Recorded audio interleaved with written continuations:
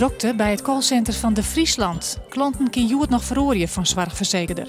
De Friesland rekt ongeveer 2000 klanten uit Noord-Eerst-Friesland kwijt, als gevolg van het sluiten van ziekenhuis De Sionsberg in Dokkum. Toch denkt de zorgverzekerder het totale aantal verzekerden dit jaar liek te houden. De werknemers van Jildtransporteur Brinks in Drachten zijn weer aan het werk gaan. De lege Jildautomaten van de Rabobank worden één voor één weer bijvuld.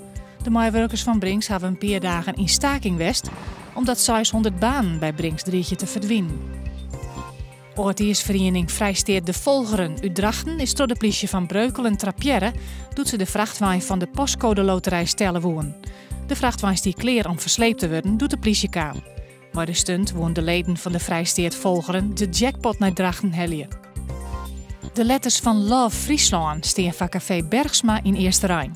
Vliene wieke waasje verdwoen de letters uit Ljouwert. Daar staan ze met 4 slotten onder de Bregenverst bij de Achmea Tour.